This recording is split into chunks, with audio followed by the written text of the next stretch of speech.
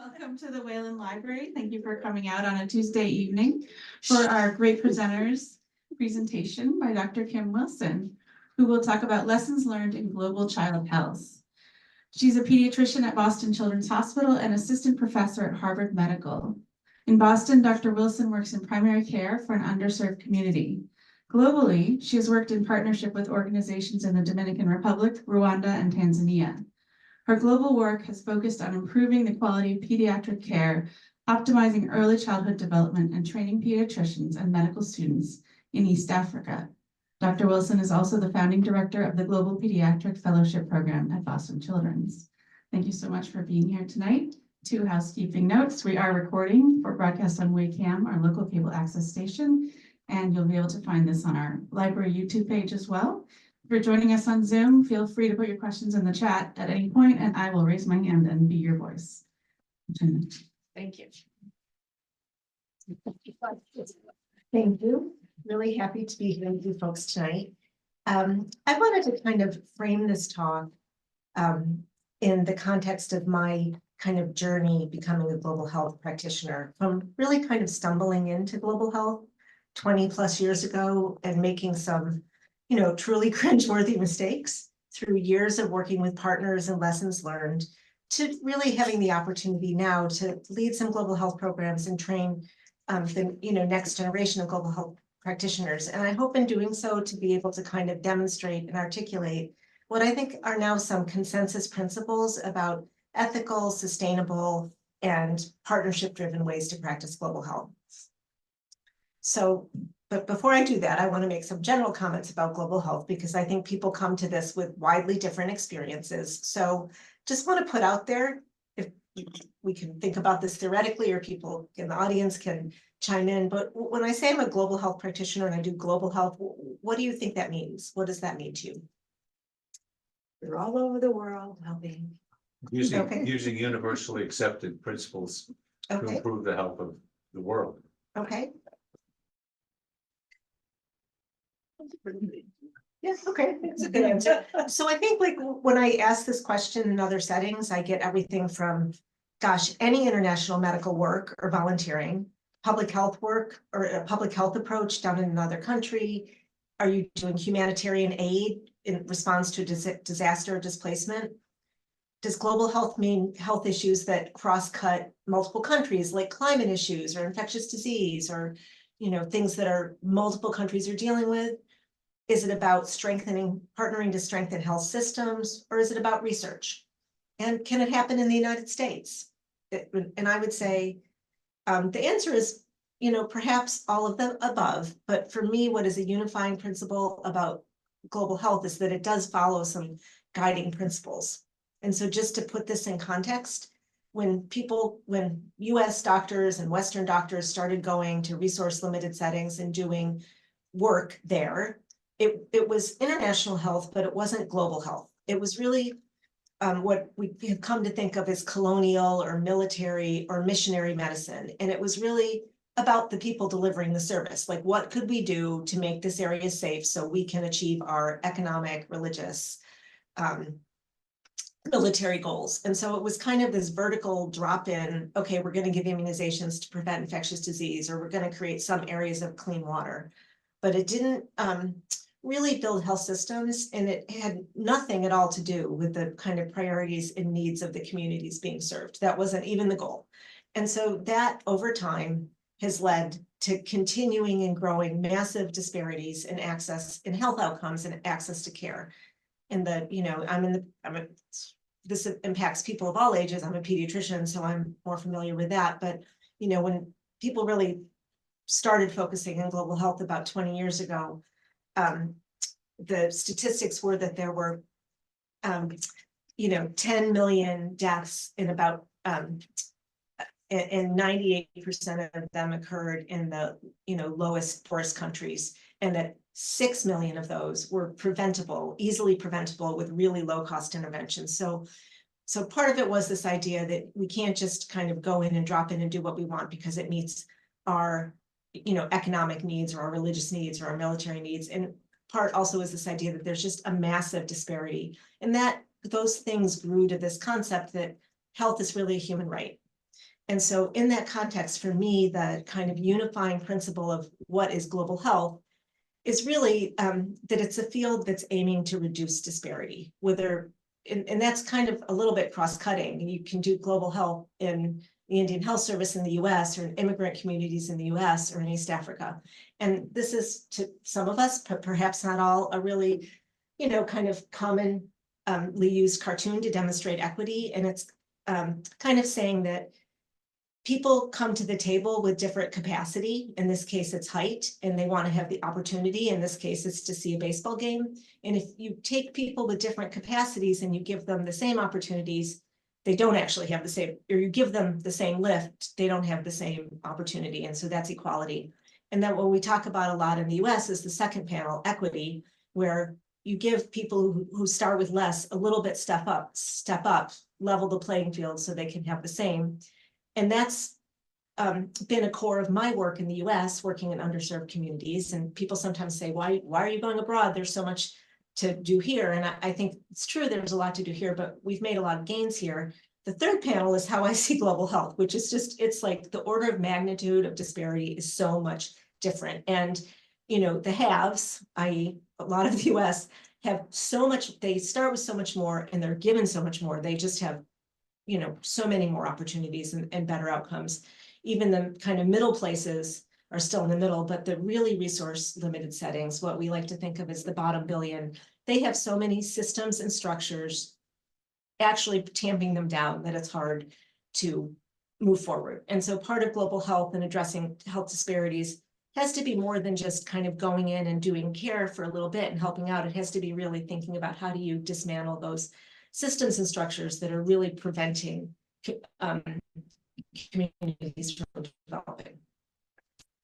And so second thing before I get to my story is, well, why should we care anyways? I think that's a valid point. I am passionate about this, but not everybody else is. And so I would say in general, I feel that there's like a little bit of a moral imperative in social justice reasons to care about global health. But if you don't subscribe to that, I'm going to give you some other reasons. One is it makes us safer, right? Making communities healthier decreases conflict. It decreases, if you build health systems, then they have capacity to respond to Ebola or COVID. So it really, building other places up where there's limited infrastructure really builds us up. And then the third thing is, if you really want to think about how do we actually create a world that's more equitable, it's not through giving aid, it's actually through supporting systems that allow countries to develop. And I know I have some early childhood development folks in the room. The one thing I could say is that there is extremely good science that says, if you don't address basic health and basic nutrition and basic responsive parenting and early learning opportunities from birth to 3, you've lost such a significant amount of cognitive potential. And if you do address them, you gain cognitive potential. And this isn't just my opinion. This was worked out years ago in a very large study in Jamaica by a guy named James Heckman, who won a Nobel Prize for this work, really showing that simple interventions like giving kids adequate food and teaching their parents to play with them can increase adult productivity by 25%.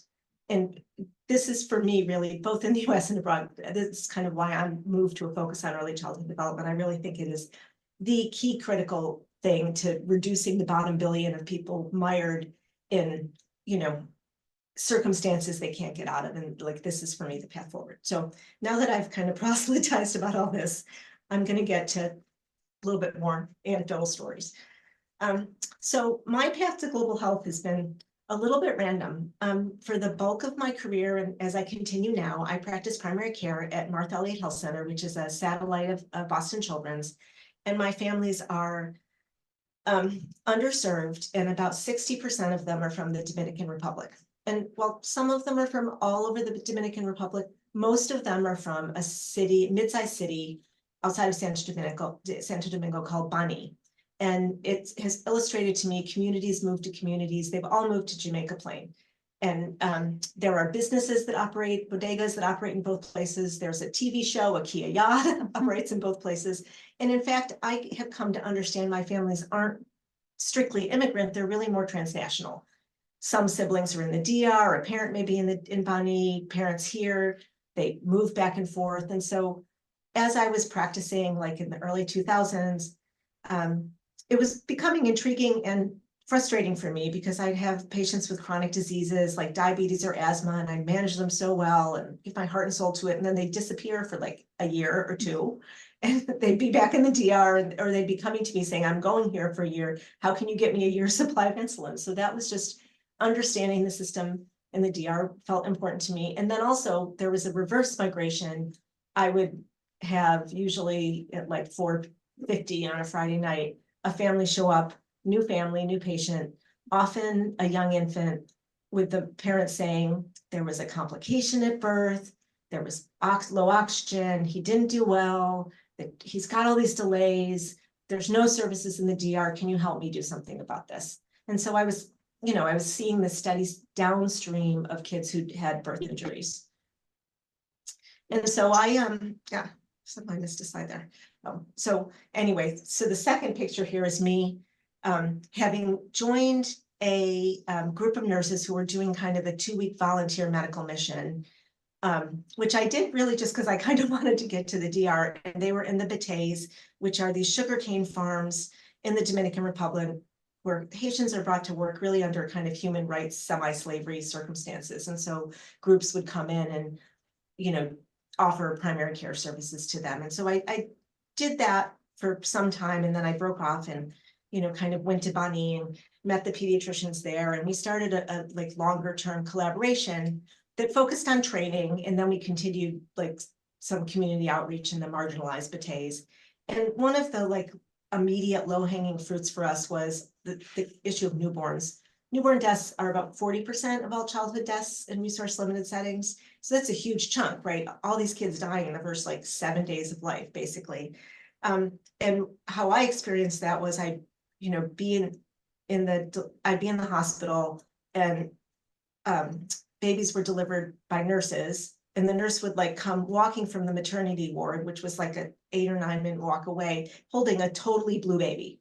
And then, after 8 or 9 minutes of her calmly walking down, it would be like crazy emergency response. But of course, the resuscitation equipment was locked up in another part of the building. And this happened over and over and over. So we really decided to focus on this concept of newborn resuscitation, which isn't high tech. It's just kind of warming, stimulating, getting newborns to transition to take that first breath. And then if they need it, doing some positive pressure ventilation. And if you do that in the first minute, it's called the golden minute, you have a lot of success. If you wait 5 minutes, it's really hard to get back from it. So we did a lot of training in newborn resuscitation, training nurses, training doctors, just kind of in isolation, teams from Children's doing that.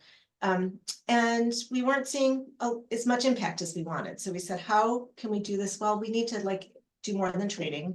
So we formed this nonprofit that was supported by folks in Wayland, and there was like a analogous kids nonprofit, but it was called Infante Sano, or Healthy Baby. And we tried to do a 3-prong, like to quote from Paul Farmer, you need staff, systems, and stuff. So we were doing the training in newborn resuscitation and safe labor management, but then we'd identified a huge system gaps, which were nurses were the people who were there in labor and there with newborns, but in the current system, they weren't really empowered to do any of the resuscitation or even monitoring vital signs of moms. So we had to work with leadership to change that. And then of course you need the equipment. And so you see, some newborn resuscitation training here, as well as like we were partnered with a group in Massachusetts that collects equipment from used equipment from hospitals and sends it there. So we like equip their neonatal suite and their newborn nursery and their maternity. And we kind of did that at 3 regional hospitals and really did significantly improve newborn outcomes. So the side, I'm going to talk about lessons learned in a minute, but the side project we were doing was we were still working in the Bateys. It was kind of an outreach thing, doing primary care, working with a mobile medical van, and we connected to a priest who was really more focused on the human rights abuses. Haitians who were brought there were by Dominican law classified as migrants. So babies born there were not citizens. So they didn't have citizenship status anywhere. So lots of opportunity for abuse and no way to access any services. And a Wayland resident, Bill Haney, and his film company kind of filmed that, brought that to light. But in the process of that, they were targeting a very wealthy Dominican American family who owned a lot of the batets, and, you know, people started getting death threats, and people who talked lost their jobs, and basically the whole health infrastructure we had been supporting had to be shut down because it wasn't safe for anybody anymore. So, like, from my work in the Dominican Republic, a couple lessons learned. At the hospital level, I really learned to pay attention to the 3 S's of global health, staff systems and stuff. And it is complicated, but even the stuff like we sent over, as was everybody doing at that time, like, you know, incubators, and we sent over some things that were appropriate and some things like incubators that, frankly, like the world is cluttered with incubators that are broken, sent from well-meaning US hospitals, because there are no biomedical technicians to repair them when they break. So kind of learned my lesson about thinking through appropriate technology, which honestly has largely required innovation to, like, but anyway, you have to address the equipment needs, but using US equipment largely doesn't work. And then I really did learn from the Dominican thing that when you're working outside your culture and context, there are likely to be unexpected consequences. So you really have to enter into this with humility and let the communities involved really kind of set the path and the majorities, the agendas and priorities.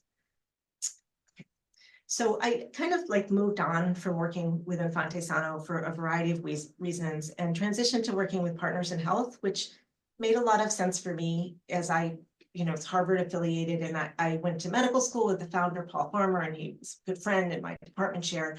But one of the first things I had planned was, I had planned a trip to Haiti. We were going to be sending fellows there, and we planned it before the earthquake, and then the earthquake happened, and he said, come anyway. And so I was supposed to be at the Partners in Health site, which is in the Central Plateau. But I got there and Paul said, oh, the team for in the capital doing humanitarian relief pulled out. Can you come? Can you go? And I was there with like kind of a junior trainee, and you know, I found it hard when Paul Farmer asked to say no. So even though I had some trepidations, I said yes.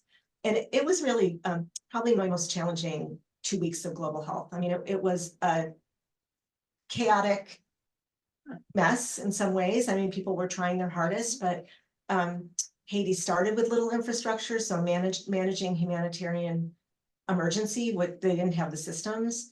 And they were so close to the US that the amount of aid, both in terms of people and equipment, was overwhelming. And it was just people with good hearts sending things, but I was there like staffing the hospital. And if we needed medicine, I would have to go to a central storeroom and start opening boxes. And some of the boxes would have ceftriaxone, a life-saving antibiotic, and some would have teddy bears. And it was really just kind of random. And, you know, that was crazy. I was like kind of taking care of the newborns and the sick newborns, and we had like really no formula. I was struggling with that, like these kids who really were going to be able to live if we could get formula. And meanwhile, nonprofits are flying in like $25,000 of fancy medicine for one child who we couldn't give to them because we had no IVs. I mean, it was just so crazy. But my main lesson learned was about the people. And I think and I'm not an expert in humanitarian aid, so I'm not meaning to be critical, but in this particular situation, there were so many people who came in from the US who were well-meaning, who had neither had global health experience or humanitarian experience. And I think they often didn't know what they didn't know. And then even more powerful than that, when the Haitians started trickling back in, maybe not reliably, their families had been killed, and I mean, they had no place to live, but they would come back in, and there wasn't a way to hear their voices, and a lot of care was delivered poorly because the Western folks coming in really didn't know how to treat malaria or didn't know how to treat dehydration in the setting of severe malnutrition. And the Haitians were even more demoralized. And so my kind of lesson learned from that whole experience is humility is key. Like, I may be a great pediatrician in Boston, but like, know what you know and stay in your lane.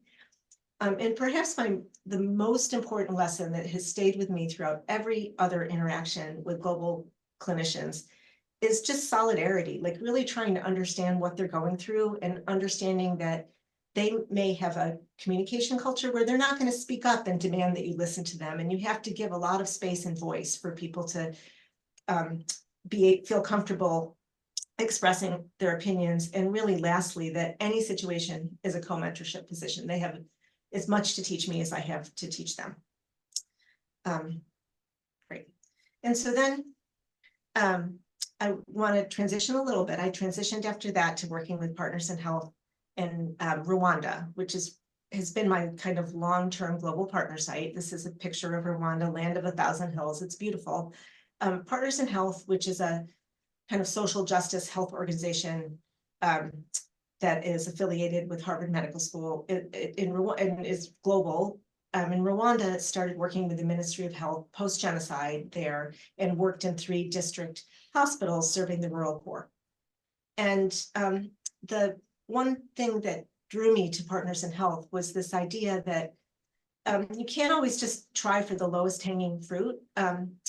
When I had been with Infante Sano, we had a pediatrician and Hansen at Children's, a neonatologist, and we were trying to improve neonatal care for the sick newborns. And there was this general feeling like, that's too hard, we can't do it, it's too expensive, we can't focus on that, not in this setting. And she went to Partners in Health and actually did that at these remote rural district hospitals, and really in a sustainable way developed NICU systems and NICU equipment and NICU protocols that could be delivered by nurses. And it was kind of groundbreaking and has been now scaled throughout Rwanda.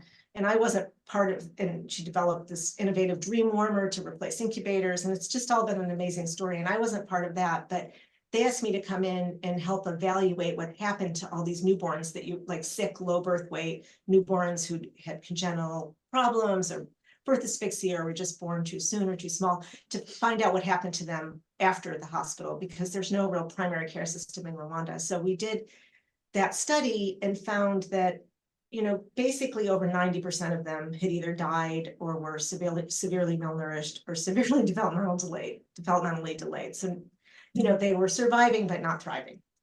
So together with Partners in Health, we designed this program for follow-up management of these super high-risk infants. And just like the NICU, we did it in kind of a value proposition way, like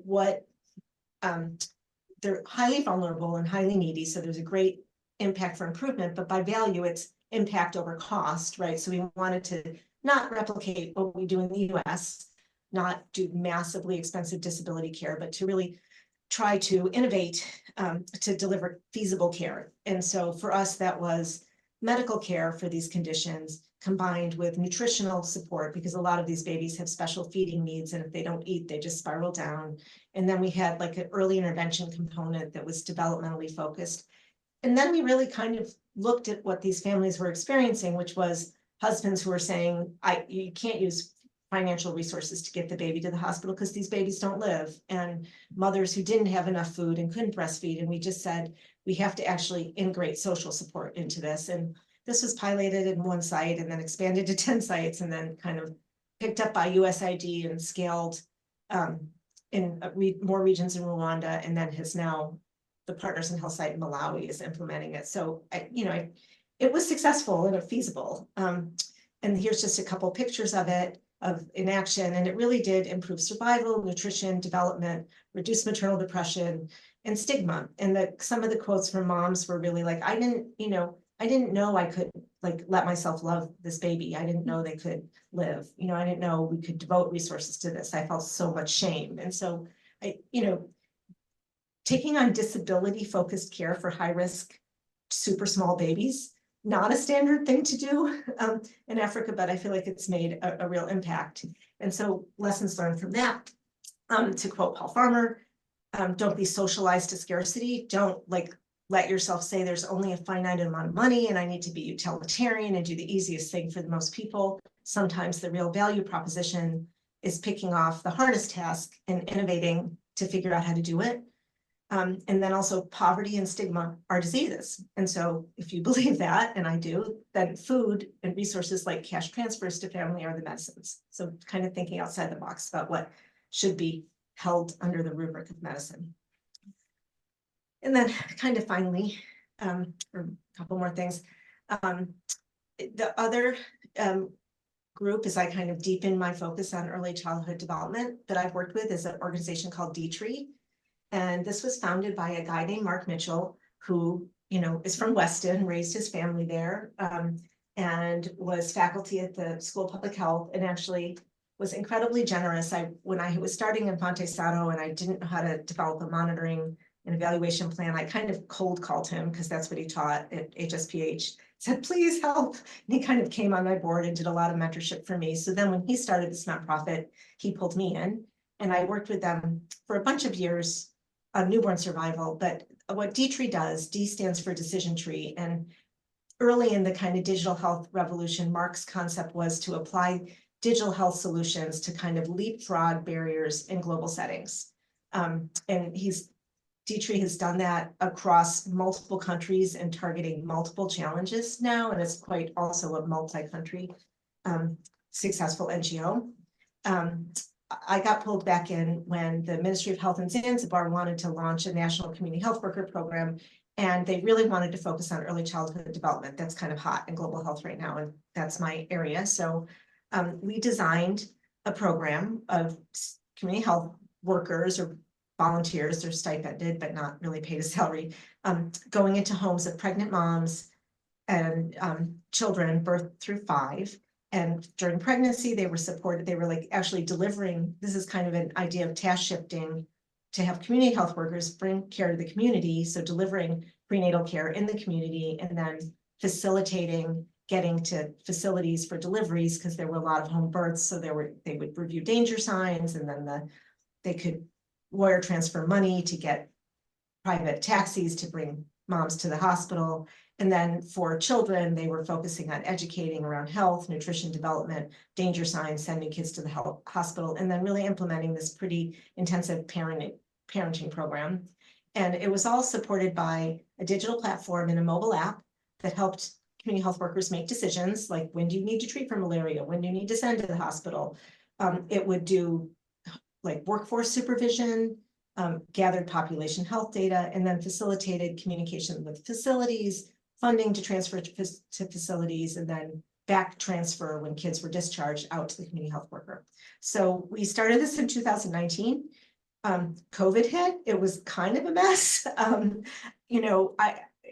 We kind of utterly lost control of the quality and the hands-on aspect of it. The Ministry of Health owns this, and they just wanted, in the context of COVID, to push out as many services as they could, as fast as they could. And so it's now been scaled to like 300,000 families, which is about in this age range, which is about like 70% of the population. Mm-hmm. And we just completed our impact evaluation, like hot off the presses. And what we found is that it didn't have much impact on health or nutrition status. It did improve facility-based deliveries. So like from like 25% to now 75% of moms are delivering at facilities. And then the like really amazing thing to me is our little parenting intervention really improved parenting behaviors, amount of fathers engagement, and fathers are household decision makers. Zanzibar is kind of polygamous, so it's one guy and a lot of women. So that was really important. And we reduced the proportion of children in the country with developmental delay by 1/3. I mean, I was just like, I actually got more statisticians to work the numbers because I didn't quite believe them, but I think it's real. And it's like not an expensive thing to do what we did. We were teaching plain communication and avoiding harsh physical discipline and addressing maternal depression and just some really basic things, and also like adequate food. And so lessons learned from that, I think like digital innovations in many aspects from health to banking really leapfrog the kind of systems barriers that exist because of lack of infrastructure in these settings. So even though it seems expensive to get all these community health workers smartphones, it actually, building the infrastructure would be so much more expensive. This was my first experience taking a program up to national scale, and it just quickly got out of hand is all I would say. It's a really hard skill, and I don't think I've quite learned it yet. And then I also, learned we didn't have much impact on health and nutrition. We weren't actually giving people food or helping them plant gardens. We were just teaching them that it's good to have 3 meals a day and eat from different food groups, but if I thought about it a little more, yes, but what they have is rice, right? So it's, you have to have a little bit more teeth to your interventions. Just telling somebody what to do is not likely to have an impact. And then, lastly, I've kind of transitioned to saying, okay, I've learned a lot about this. Maybe I've learned a lot about pediatrics. I've learned a lot about global health. I really like to teach. I've been focusing on that. And I did start a fellowship program at Boston Children's where we, a 3-year program where recent young pediatricians gain expertise in a fellowship in global health. And I think that that's been super impactful. But what I've really loved is working with and mentoring clinicians in global settings. And so one of the things I'm truly most proud of in my career is that working with the Rwanda Human Resources for Health program. And so Rwanda, being post-genocide, had opened its medical schools, but had huge brain drain. And so there were really no pediatricians or obstetricians or surgeons available to train anyone. It was really like a dearth of ability to have anything other than kind of general practitioners. And so from the pediatric perspective, in 2012, Rwanda had fewer than 10 practicing pediatricians for 7 million children. And so HRH was a collaboration between overall like 18 US medical centers launching subspecialty resident training. So training people to be pediatricians or internists or obstetricians, anesthesia. There's a nursing school, a dental school, a master's in hospital administration. And my role in that is that I was the lead for pediatrics, the pediatric component of this for Harvard. We were partnered with Yale and Dartmouth and Duke and Brown to deliver this. So the idea here was also, this was like a Harvard partner, Paul Farmer thing in some ways, just emblematic. It's kind of to say, we're not going to give people the scraps. Like Rwanda needs the best. So we're going to partner with the best universities. And we don't want pediatricians who've been there a year. We want mid-career senior faculty. And they finance this through a really unique partnership between USAID and the Ministry of Health. And not to get too much into the details, but USAID is kind of known for being one of those organizations that, when you think about it, has this staggeringly upsetting overhead. So for, $1 million donated for X to X country, 30% overhead gets taken at the Beltway. Then it gets to the USAID country office. Another 30% gets taken out. So you've got 40% left, and that gets farmed out to individual small NGOs who also take their overhead cut. What actually gets put into service delivery is less than 25% of what's funded. And that's kind of known and accepted, but problematic, right? So this partnership said, and it was not, USAID was not happy about this. This was kind of shepherded through by the Clinton Health Access Initiative, Clinton Global Health Fund. And what they said is, we're going to skip USAID. We're going to give the money. The US government's going to give the money to Rwanda Ministry of Health, and they're going to directly partner with the universities in the US to send faculty at kind of competitive market rate salaries. But the US institutions have to cap their overhead at 7%. And so a lot of detail, but it really was kind of an innovative funding approach that really got a lot more bang for the buck. And it allowed people like me and my husband Roger and other senior faculty from Children's and Duke and Yale and Brown to go and spend time there. And the requirement was, we don't want people dropping in for 2 weeks or even a month. The minimum duration was 3 months. I would say over the 7-year program, the average duration of our faculty rotations was more like 2 or 3 years. And I think one surgeon from Children's stayed for 6 years. So it really was a different approach. People were moving with their families. They were being paid a wage that was feasible. They had housing. And I think that allowed Rwanda to adopt a lot of innovation in medical education. These are some pictures of simulations and flipped classrooms. We were twinned. You can see me here with my twin, Emmanuel Ruzimiza, who is the first pediatric cardiologist in Rwanda and who I'm still working with. And we together developed an online open access digital curriculum in pediatric cardiology. And so it's really shifted the kind of educational capacity. And now from 10, there are over 120 pediatricians in Rwanda. And, the graduates, they're leading pediatrics at district hospitals and their faculty in the residency program. So, they don't need us anymore, which is kind of great news, really. And then, finally, I guess my next chapter, I'm kind of winding down, but something I feel committed to is this new university in Rwanda of global health equity that was founded by Paul Farmer. And it's really kind of taking things to the next level. It's saying, we want to build the next leaders on the continent in medical education. And so we have to actually get them. It's that whole idea of equity. The University of Rwanda medical students that I've worked with don't have good language or writing or critical reasoning skills because they didn't develop that early on. And they are scraping by. Like I used to think of ways to get them food because they're so struggling, and it's hard to learn. They don't have computers, they don't have cell phones. It's hard to learn in that environment. And so this new university is saying, we are actually going to address that. It's going to be free. We're going to give people food and access to good education and places to live. And we're going to get the brightest of the brightest, but then they're going to have to make like a 10-year commitment to working in underserved areas. And they also added in all of those skill sets to think about equity and social science and even humanities and literacy. Yeah, I kind of said this is the mission, is to really radically change the way healthcare is delivered by creating the next generation of innovative leaders. And along those lines, kind of a broken windows philosophy. If your physical environment sucks, it's hard to demand excellence. And so the University of Global Health Equity is in Butaro, which is another strikingly beautiful place. It was designed by an architecture firm in Boston. It's beautiful.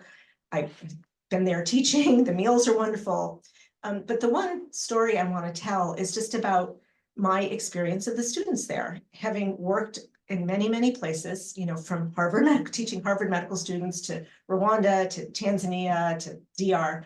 And, one thing that's always hard is that there's a bigger hierarchy in many of these countries. And so students don't feel empowered to question supervisors, and they never learn to do that. And they also feel a sense of, I think, not apathy, but just resignation to bad outcomes and bad situations. And so these students have been kind of intentionally taught to think differently. And so I was there teaching, and I was in the neonatal unit, and things were going well. And I had 2 students, but then suddenly every baby that came in was bleeding from every orifice for unclear reasons. What is going on? There's not, it's hard to figure out what causes that, but there is something called hemorrhagic disease of the newborn, and we prevent that by giving vitamin K at birth. All our babies here had it. And in fact, it's one of the first things that gets adopted in a global setting because it's cheap and it's so effective. But all these babies are bleeding, and this is going on for 4 or 5 days. We're transfusing. I have no idea what's going on. And so the medical student figures out that they've had a stock out of vitamin K. Of course, the general doctor in the hospital didn't mention that. The nurses didn't mention it, but this student sleuthed it out. They couldn't get it anywhere. And so he's like, that's unacceptable. So he starts calling around, and he finds that the specific concentration used in the newborn units was stocked out, but there were other concentrations. And so he and the other students pool their money, go buy some of it, come back, get it approved by the hospital director, teach the nurses to remix and do this different concentration and deliver it. And I can't tell you how dumbfounded, that's just never happened to me in a global setting for people to take initiative. These students are questioning, and they're have good critical reasoning, and in many ways, they remind me of Harvard medical students, who I find in equal measure amazing and irksome. And that is kind of my experience at the University of Global Health Equity. But I think that's it's a little, hopefully, potentially will be a game changer in terms of kind of leadership moving forward. So I'm going to kind of finish and then open some time for questions, just to say that, when I started Global Health, I had Paul Farmer as a mentor and friend, but within Children's Hospital, it was kind of a fringe thing to do. I had to get permission, or more often ask forgiveness. And I did things like tried to buy cars and hire staff and did all these things children thought was high risk and didn't really see value in. And then there has been this just amazing upsurge in people interested in global health and trainees. And so, of course, to attract the trainees now, it's been growing communities of global health, and now it's like a professionalized aspect of what people do. There are global health tracks and global health fellowships, and our fellowship program is soon to be accredited by the American Board of Pediatrics. Like, it's become so formal, and that's been wonderful. It makes me and that has led to a lot of like thought about what it means to do this ethically, to not impose your biases, to not, not have unintended consequences, to not act outside your professional capacity, to not like steamroll in the way that Americans tend to do. And I look back on my career and I think I just did so many things wrong. And my only excuse perhaps is like, no one had like taught these principles yet. And I'm really glad that they're here now. But just to kind of go over them, I think one really key one is partnerships. You cannot do anything. You can't achieve anything without a partnership. And the partnership should not be led by me. It should be led by people who live in the community being served. They need to set the needs and priorities and really be the thought leaders. And then I think that anytime if you have kids or other people, or you're looking at organizations you want to be involved with, think about, are they making sustainable change? Are they impacting health systems? Are they building capacity? Are they doing something that would, like, once they stop funding it, is going to go away? And then, really thinking about going into it with humility, cultural sensitivity, and respect. And then there's a whole other field of like thinking about equity and research. For years and years and years, people, went and did their controlled trials of new drugs in, resource limited settings because it was cheaper to do. And then they never marketed the drugs or made the drugs available to the people they tested them on.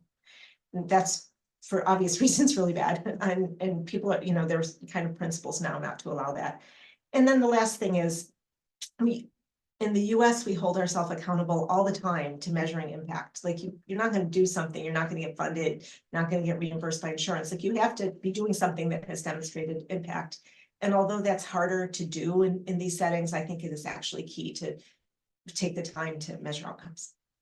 So I am going to stop there. I'm going to say this is a picture of me with the first group of graduates of the University of Rwanda Pediatric Residency Program, which is just like, they're some of my favorite people, and it was a great experience for me. And just say thanks and see if there are any questions.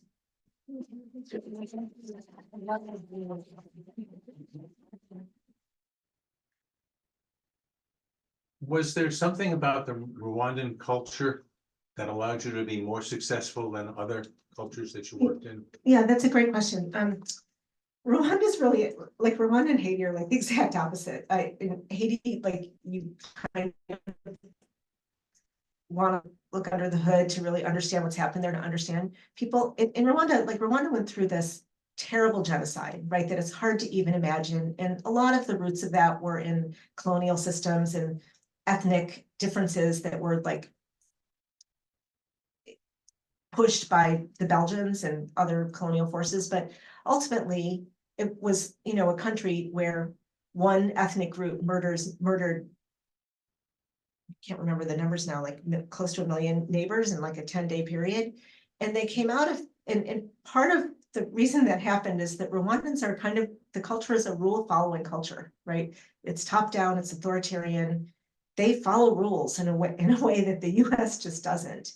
And so when Paul Kagame and the like kind of rebel force came in and established the new government, really they're able to say, this is what we're going to do, and people do it. But the upside to that is that the leadership, Paul Kagame and Ines Vinawana, who's the first Minister of Health, are really forward thinking in a way many resource constrained people aren't. They like wanted to partner with innovators. They are early adopters. They want to think about best practices. Rwanda is one of the cleanest cities I've ever been to, because for decades they've banned plastic bags. Can't even bring them into the country. There's a monthly community cleanup that everybody has to participate in. They're street sweepers. They had emission standards. They mandate helmets for motos. I mean, they have very forward-thinking policies, and they did that for HIV. They got early treatment to everybody, so their HIV rates were really low. And my other pediatric example, when they decided they were going to introduce the HPV vaccine, that's a vaccine we give to here in the US to prevent cervical cancer. I would say there was so much resistance in the US to HPV vaccine. Like, even now, Like, maybe you get 80% of your families covered with a lot of convincing. They decided they were going to immunize teenage girls, adolescent girls in a certain age range, and they achieved 95% coverage in 4 days. I mean, if the Rwandan government says it's going to happen, it's going to happen. And then also I would say they had this like thing going on with these partners in health district hospital sites, which weren't like the tertiary centers that couldn't be replicated. They were community hospitals.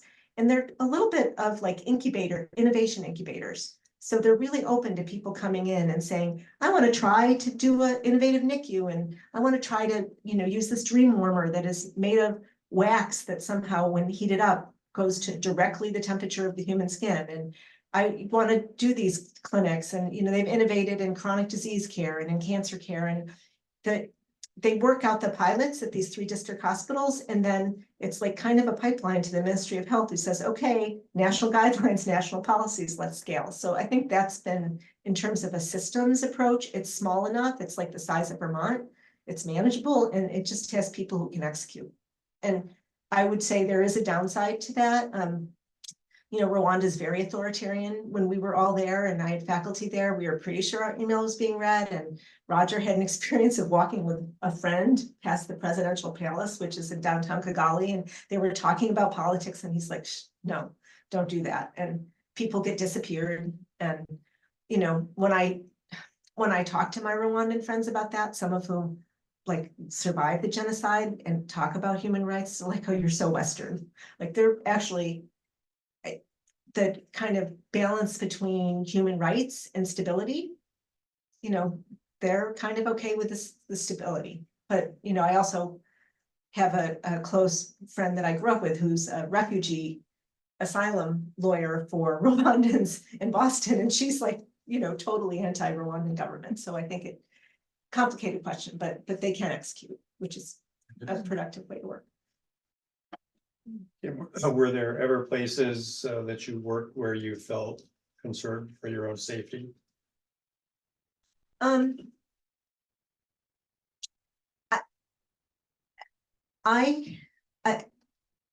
mean, the answer to that is probably I should have, but I tend to be a little unaware.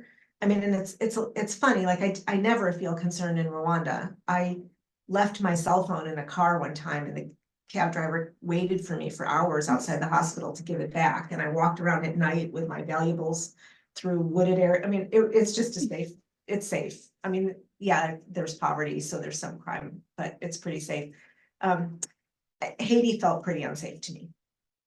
In all honesty, like we were downtown in a tented hospital built over the ruins of the National Hospital.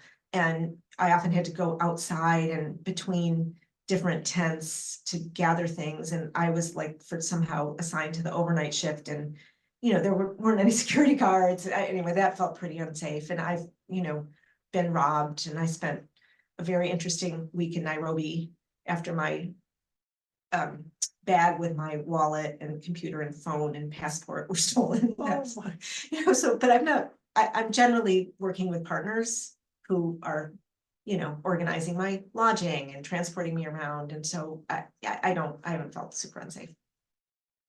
And, Roger will tell you that I can be absent-minded and like maybe set myself up for things.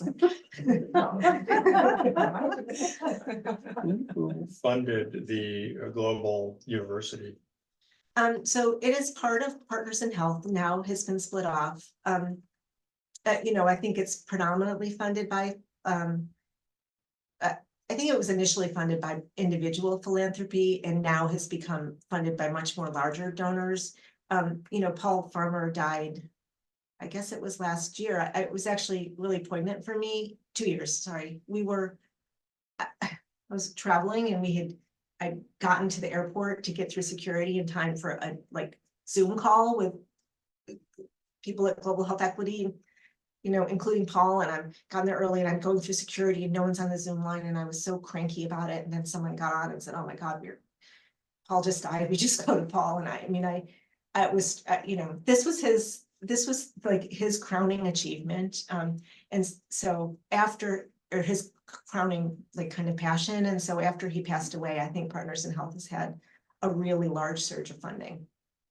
So I think it's pretty well, I mean, in some ways, I mean, last time I was there, I was like, I mean, I used to go stay at Partners in Health in these like kind of, very basic rooms and take group bus transport with like packed in with 20 people. And the last time I was like picked up by a nice SUV and anyway, so I don't know, but I think that's good. Well funded. One of the problems that we experienced in the trips that I've done to Haiti is that there is no medical infrastructure to teach. Yeah. Obviously, teaching the local population is such an important part of this, but literally medical resources are Yeah. so scarce, you just can't find anybody. Yeah, teach. Haiti is just Haiti just has no system, and I think it's really hard. I mean, if Partners in Health does have a teaching hospital in Haiti in the Central Plateau, and I know some of the pediatricians there, and they're, I don't know the neurologists, but it's pretty organized. There's a lot of violence now, obviously, but if you wanted to teach, that might be a way to do it. I think to be effective, you need some governing systems, right? Otherwise, it's hard to have any impact. I was just gonna ask you, it seems like in Rwanda, the public health system is remarkably effective. In part maybe because people are rule followers and there's a bit of an authoritarian nature to the government. But in your experience through your career, in Rwanda, are there any lessons of the public health system that you could take from there and you think might apply to improving our own public health system here in the US? That's my question. Well, I mean, like the simple and slightly sarcastic answer to that is they have a public health system. I don't know that we do. Like, they have public health officers that are, I mean, they have a very organized system where there are community health workers who report to kind of an overarching public health officer at a primary health center that's staffed by nurses that, feeds back up into a district hospital, feeds back up into provincial hospital, back up. And so there's like an organized plan for all of it. And they have services that are delivered through the public health system and surveillance that's done through the public health system. There's just a plan and money is devoted to it, and there's staff and people trained in place. And we don't like the doctors in the room, like our, Mass Department of Public Health, like it's just such kind of a small fringe place that's separated from healthcare delivery. And so when people tried to ramp up for COVID, it was like starting fresh, right? And so I don't know I don't know that I can fully answer that question, but I think it's really, a lot of other countries understand that prevention and public health is important, and they actually have systems and people and a plan. It's funny, I took some doctors from other countries who are getting a master's at Harvard through Children's Hospital the other day, and we were just talking about differences in care delivery, and they're like, well, who sets the protocols, like nationally, for neonatal care? I'm like, no one. They're like, well, who sets them in Massachusetts? I'm like, no one. They're like, who sets them in Boston? I'm like, really? No one. There's this protocol at Mass General and this protocol. Like it really, in Rwanda, there are national protocols for how you treat malnutrition and who you refer and what immunizations you do and what the water standards are. There's just a plan for everything and it's followed. And we're so individualistic here, and that has its own upside, I guess, in terms of innovation, but it doesn't lead to organized public health. My granddaughter is graduating with a master's in public health. Yeah, well, that's great. And all your words, I mean, health is given, everyone should have it, and moral imperative, and social justice, and you just wonder how you're going to achieve all that. Yeah, I mean, I think there's definitely among younger folks now a shift and Yeah. more kind of commitment to that concept, but it's a process for sure. Do you have an heir apparent at Children's to take over your role when you ultimately retire? I've like stepped back from leadership quite a bit, and I'm stepping back further. I'm a little bit in the slowing down phase. So yes, the answer is yes. We trained 20 fellows, 5 of whom are still there. There's other leaders that are younger than me. Yes, I feel comfortable the system will continue. If I understand correctly, and this is, I came in with this tunnel vision of what the problem was, and now the world's problems, everything you can talk about in the world somehow feeds into what you're doing. When you're working with the organizations that you're working with, which is primarily with Children's Hospital, Well, I'm faculty at Children's Hospital, but so I'm working as kind of a primary investigator or technical expert out of Children's Hospital, but the work is centered with the nonprofits I work with, Partners in Health and D-Tree, and I Okay, do so some work with American. my Cancer. question is, there's a group of people that you work with. Yeah. Are there, in like the universe, so are there other groups of people doing the same thing in the same countries? And are they competing? Are they working together? How do they interact with one another? That's a really good question. It depends on the country. The answer is yes. Like, global health is trendy, for sure. I mean, there are global health, minors at colleges. There are a burgeoning number of global health organizations in addition to the big ones like UNICEF and World Health Organization and USAID, other bilateral national things. There are a lot of smaller agencies. In some places, like in Tanzania, around I think I have to answer this in a specific way. Like, I do early childhood development there and some projects I haven't talked about here.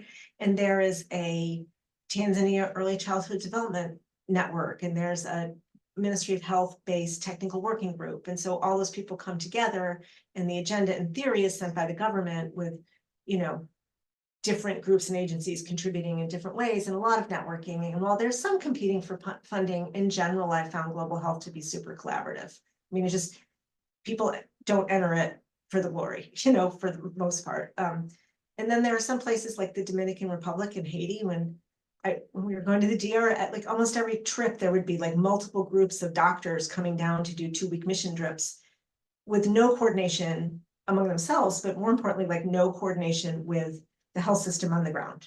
So it does vary, but I think it is really important, that coordination. I'm wondering how your experience abroad changes your practice here.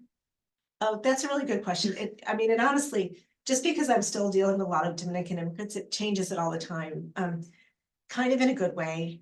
I kind of know some of the, and I actually have Rwandan families too now. I know people's assumptions that they're making, in the Dominican Republic, it's silly things like, if you have white spots on your face, you've got parasites. And if you walk in an in-toeing way, you need to have a big metal brace put on your feet. And there's a lot of fear about the immunizations we give here and not there. And I mostly supervise residents now, and they'll go in and they'll stumble up against these things. And the parents will be dug in and they'll say, oh, there's no way they're going to immunize their child. And I'll go in and say, hey, I worked with these pediatricians in Bunny, and here's what I think about it. And people are cave perfectly. And so that's really helpful. And I think it also helps in general with how I communicate with people. I'm much more open. I'm much more of a shared decision maker and open to different cultures and contexts. And I think also I've really learned through global health to try to give people space. People who have, when there are big differences in power, like with your doctor, to give people space to say things that are hard to say. Is that something you can teach, or is it something you have to only learn as you experience it through your own lens?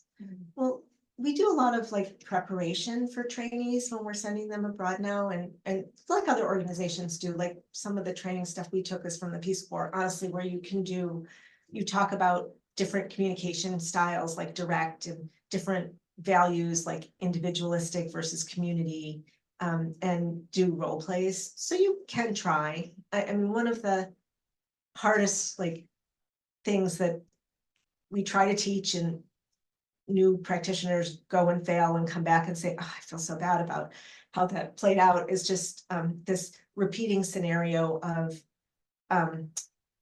dealing with child mortality. And the hospital in Rwanda, when we first went there, the mortality was 10%. 1 in 10 children admitted died. And there's nothing like that even on cancer wards in the US. And that's really hard.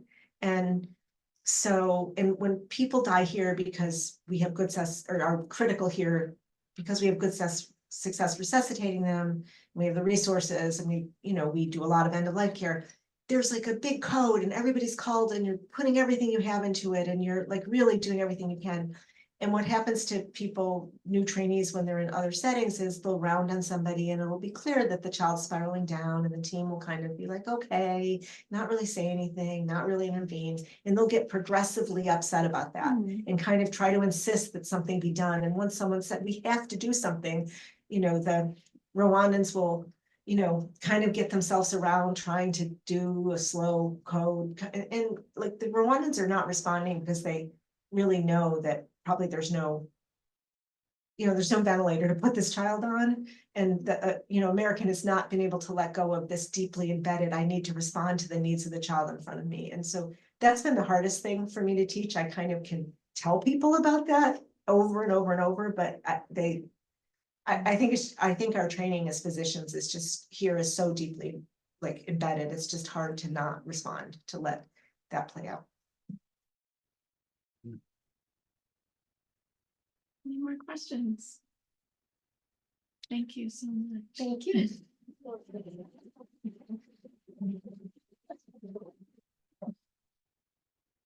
Thanks you guys for coming. It's all good. Thank you. That was nice.